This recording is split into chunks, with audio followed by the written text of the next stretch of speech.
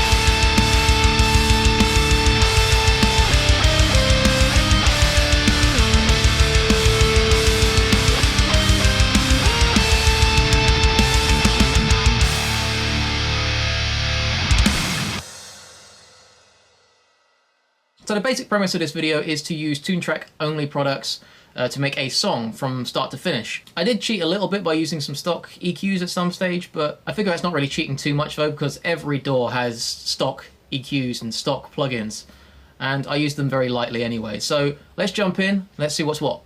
So this is my session. There's nothing really special here. We have the drums at the top here in MIDI format, an audio file, which I'll get into later, guitar left, guitar right, an intro guitar left and right, an intro solo lead line left and right, and again a solo left and right for the chorus. And the bass on the bottom here is a duplicate track of each other, so it's one DI track duplicated. I'll get into what I did there later.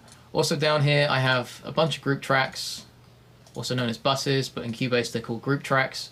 And down here we have Superior Drummer, but these are all the audio outputs, individual audio outputs from Superior Drummer. So I can mix every fader individually and automate it later if I need to. So looking at the master stereo out here, I have like an EQ curve, which is slightly boosting the low end and high end. This is built into my project template, so all of my projects start out this way. And this is actually a little shallower than I'd normally go. It's important to mention that we're kind of semi-mixing into a mastering stage here. This isn't something I normally do, but for this, as we're using Toontrack only products, I've given it a go. I just played around with some of the presets that come in the Mastering 2 expansion for EZ Miz 2. At the minute I've got everything running into the Master Limiter preset, and I played around with the settings here a little bit. And then it runs into the Metal Master 2 preset, and I played around again with the settings here just to kind of adjust it for what's going on in the track. And this is just what I kind of found working best, so I went with it, I rolled with it. Okay, so let's move on to the drums. This is Superior Drummer 2.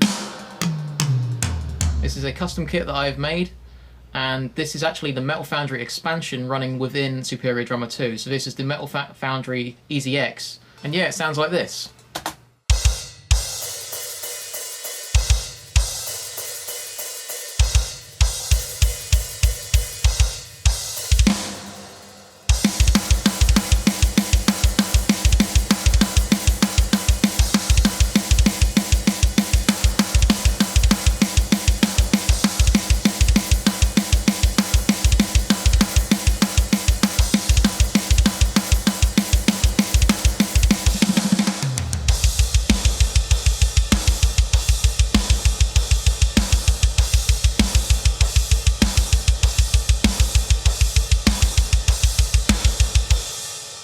So let's take a look at the mixer now. I'm gonna glance over this a little bit because if we go into detail, we'll be here all day. You could spend hours just on one drum video. So you can see here I have a whole bunch of effects running inside Superior Drummer itself, and then these are all routed out.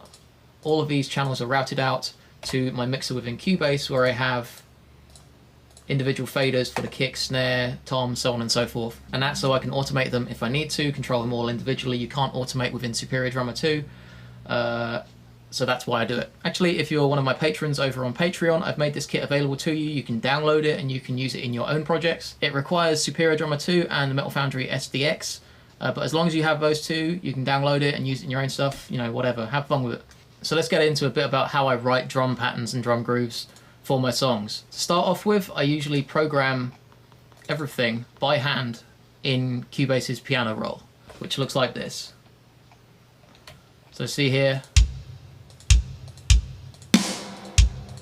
all your individual hits, you have the hats up here. Some people prefer to type this in with a MIDI controller. I just do it all with my mouse because it's quicker for me, using shortcuts and stuff like that, and I can move things around quicker. But I do that to punch out the basic beats, and then I come back into Cubase and I listen around to some of these drum grooves. I think I specifically used ones from the Metal Machine pack here.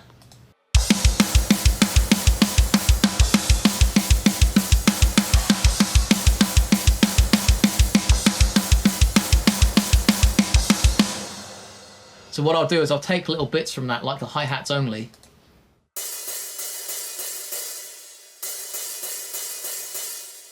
Maybe the snare as well.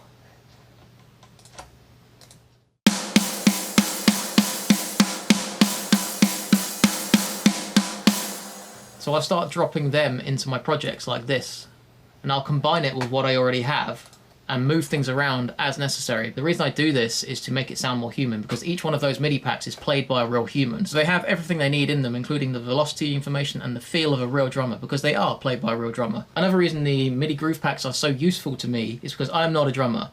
I can only hear ideas and then try and punch them in. I won't necessarily know what's going on. So I use these groove packs to audition things like drum fills. Drum fills are extremely hard for me to get my head around because I don't play drums, but there are hundreds of them to just audition in these MIDI packs, like this one.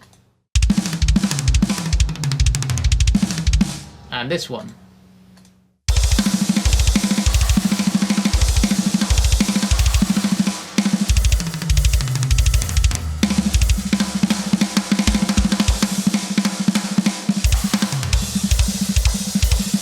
So because that's played by a real drummer, in this case that's Dirk Verburen from Megadeth, it makes composing songs so much easier, and it really sells the fact that this is a real drummer playing. It doesn't sound programmed. It sounds real because it is real. It's played by a real drummer. So as I mentioned before, I'm routing everything out of Superior Drummer 2 and into Cubase in individual tracks, like here on the side here. So kick, snare, toms, and so on and so forth.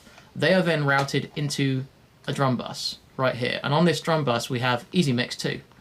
And on EZ Miz 2 we have a drum bus preset, and I'm just running it straight into that to give it some compression, a bit of EQ. It flattens things out and makes things a bit more consistent. Let's see what it sounds like with and without.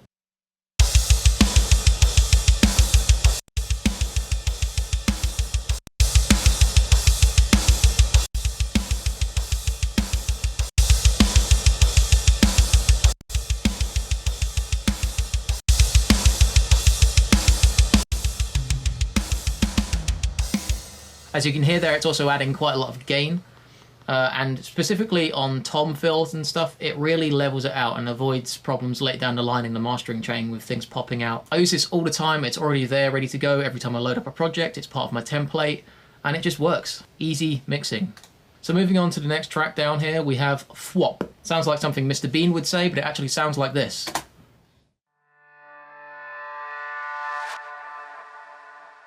And all that is a very subtle effect I just wanted leading into where the main guitars come in after the intro.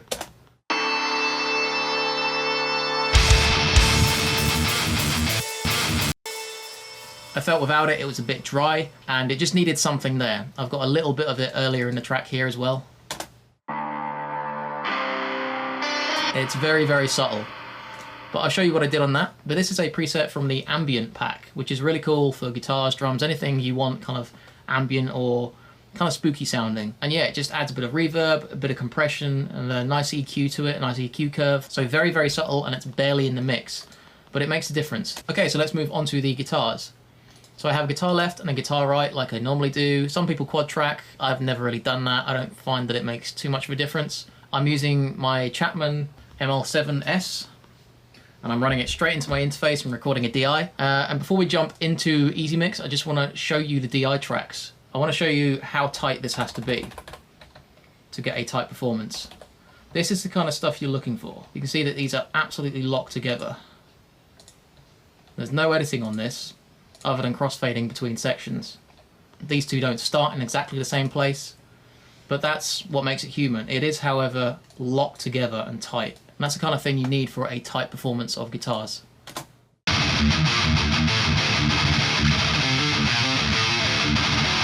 So let's jump into EZ Mix and see what I used. For this, I'm using the Mark Lewis pack, the Mark Lewis Metal Tones pack. There's tons and tons of presets in there, rhythms, leads, and bass presets, but I really like the first one, Abyss Rhythm, and I haven't changed it at all. So here's what it sounds like.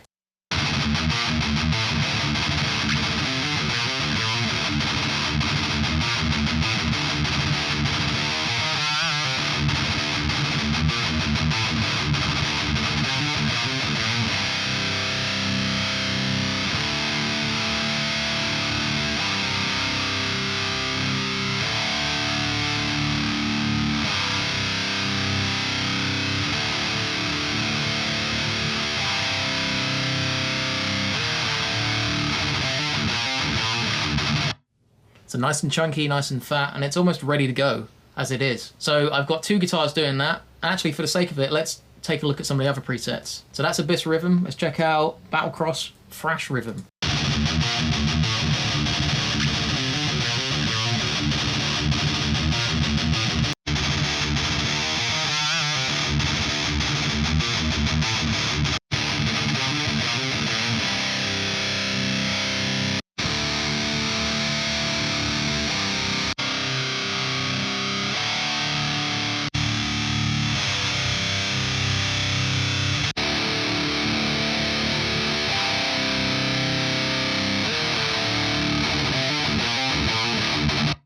There's tons of presets in here and they all sound really good. So putting it back on the Abyss Rhythm, I've got two guitar tracks panned hard left and hard right with exactly the same preset on them.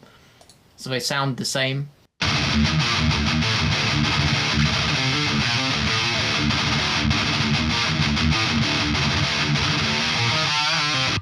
And then I'm running that into a group track or a bus. And on that, I've got another instance of EZ Mix, and it's running the guitar bus preset. I think I played around with this a little bit. I put the compression up as high as it would go, 100%, and the EQ is running at 40% because I didn't want to mess with the guitars too much as they were. So that levels things out, keeps those palm mutes in check so they don't bloom everywhere, they don't explode out of the track.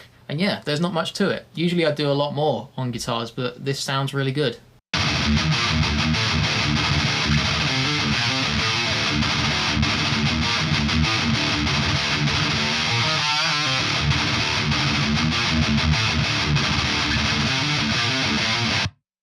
Okay, so moving on, we have two intro guitars.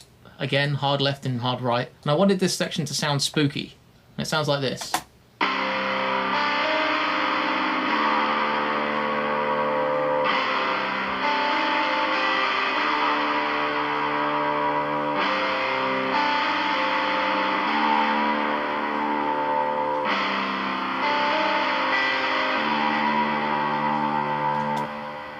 Okay, so again, these are exactly the same presets on each track, but we'll take the left one.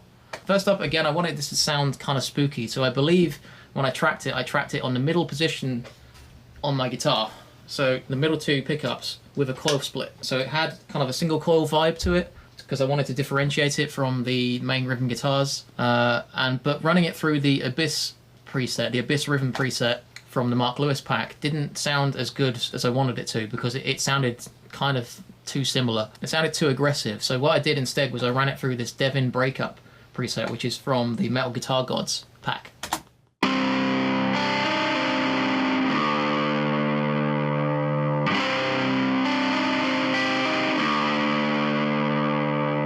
Okay, and from there I wanted it to sound more spooky. So I opened up another instance of EZ Mix and started playing around with some of the presets in there just to see what would work. And I came across this ambient preset from EZ Mix 1 from way back in the day. And it sounds like this.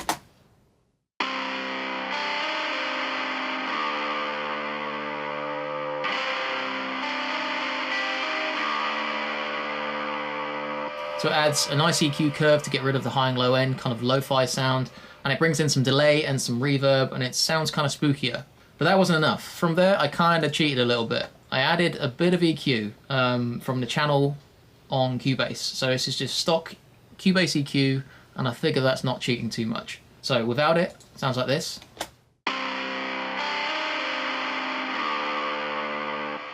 With it, it sounds like this.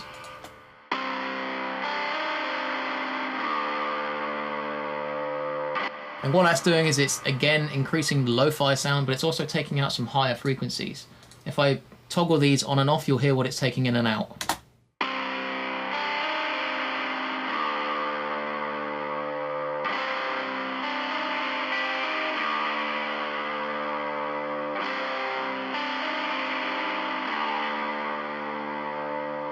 So it's getting rid of some very whistly high-end frequencies, which just are kind of grating to the ear. That's all duplicated on the second track, so it's two different guitar takes, but the effects are exactly the same. Panned hard left and hard right. And let's move on to the leads, the intro leads.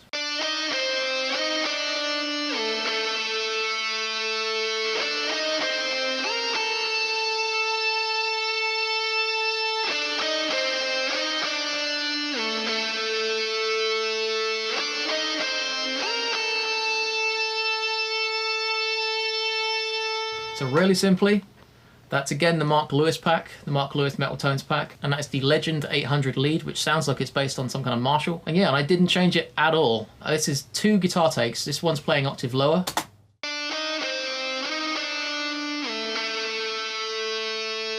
And that's panned just a little bit to the left to give it just a little bit of width. I think it's 20%. And the other take is an octave higher.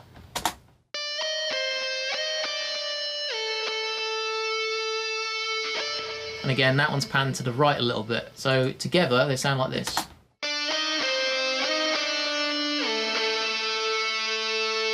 I think that just gives it a bit more depth, putting the two octaves in there. I'm sending them to a group bus as well, where I'm running the same ambient preset as with the intro guitars. And that's to give it a really similar EQ curve and to give it the same kind of spooky vibe. I'm also, again, taking out just some high-end frequencies here.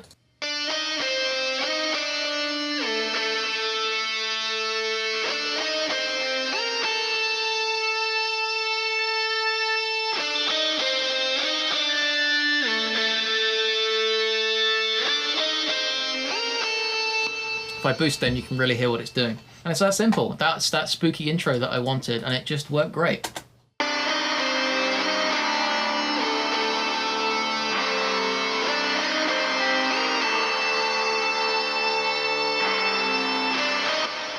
So it shows there's quite a lot of scope in what you can do with EZ Mix. There's some real ambient stuff, there's some real heavy stuff, and everything in between. So the last thing with the guitars is the lead line during the chorus. And this is played exactly the same as the lead line during the intro with an octave lower and an octave higher, but it's using a different preset. This time it's using the Battle Lead preset.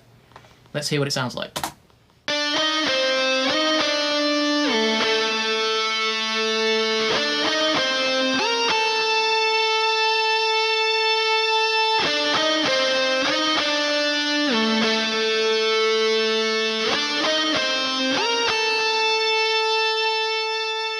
So that's one of my favorite leads of the entire Mark Lewis pack. That's really cool. I like that one. I've got them again panned 20% left and 20% right, and grouped to a bus.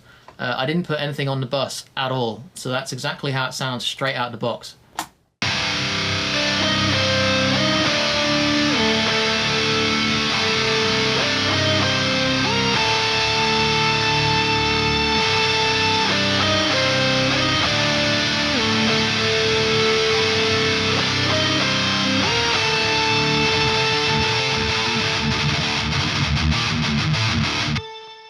Alright, and finally let's move on to the bass. Now this is where things get a bit interesting. What I've done here is recorded my Squire jazz bass straight into my interface with a DI.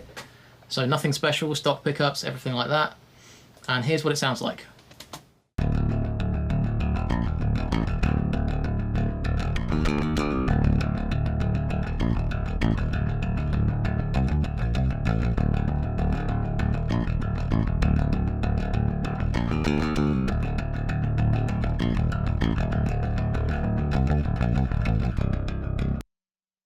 Okay, so what I've done from there is I've duplicated this track. So these two tracks are exactly the same. And the reason we do that is because we're going to process this one and this one completely differently. So this is going to be the low track, and it's going to have a focus on lower frequencies. And this one is going to be the high track, and that's going to have a focus on distortion and grit. Okay, so starting with the low track, I'm running it straight into EZ Mix on another preset from the Mark Lewis pack called Battle Bass. And I've played around with the preset here a little bit, and I've made the scoop here all the way up 100%. I just like the way it sounds. So let's hear what that sounds like now.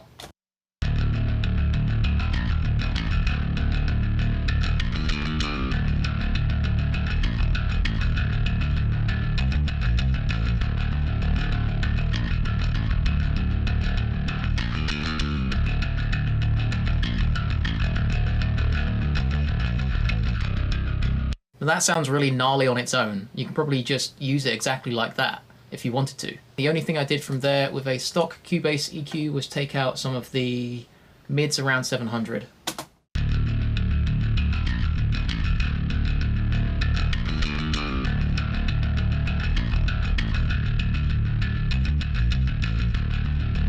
Okay, so let's move on to the high track now. And this is a track which would normally add the distortion which you're already hearing in the low track. Because it's already in the low track and it sounds great already, I decided to be a bit more subtle with this. So the preset I'm running in this one is the Josh Trashcan preset, and it sounds like this.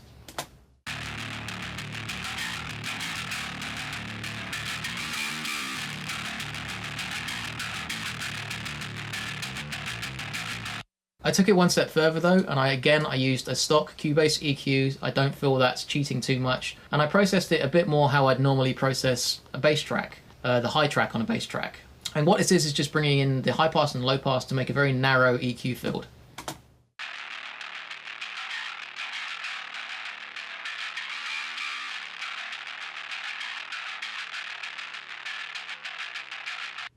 And that's taking out the low end and the high end, the nasty high end that we don't want. And in combination with the low track, it sounds like this.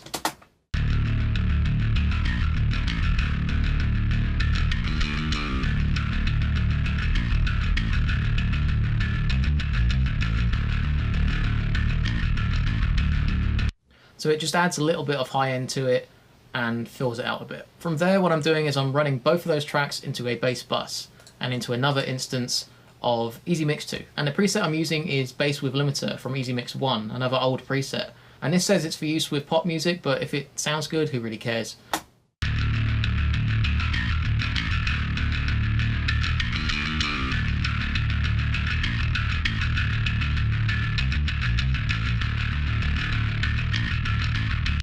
Alright, so last thing in the chain here is just a bit of EQ on the channel EQ on Cubase. Again, not so much of a cheat, and it's just around 500, just bringing out some of the mids. And the very last thing in the chain is a stock limiter from Cubase. Now this kind of is a cheat, but I just put this in to level it out a bit more, and yeah, it sounds like this.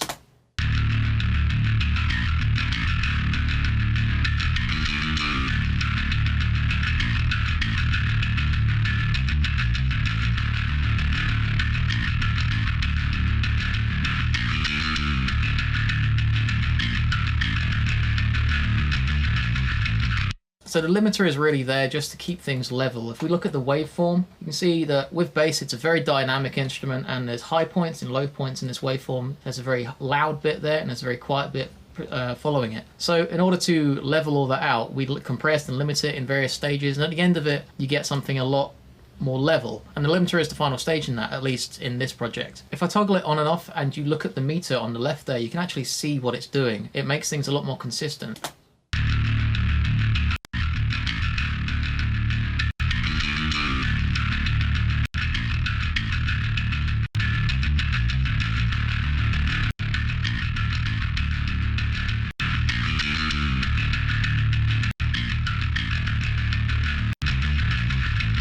So you can see there that it's actually leveling everything out and it's hitting a brick wall. And that's because bass is very, very dynamic and you need to level out the highs and the lows so it becomes much more consistent. Of course, bass has to fit well with the drums, so let's hear what it sounds like with the drums.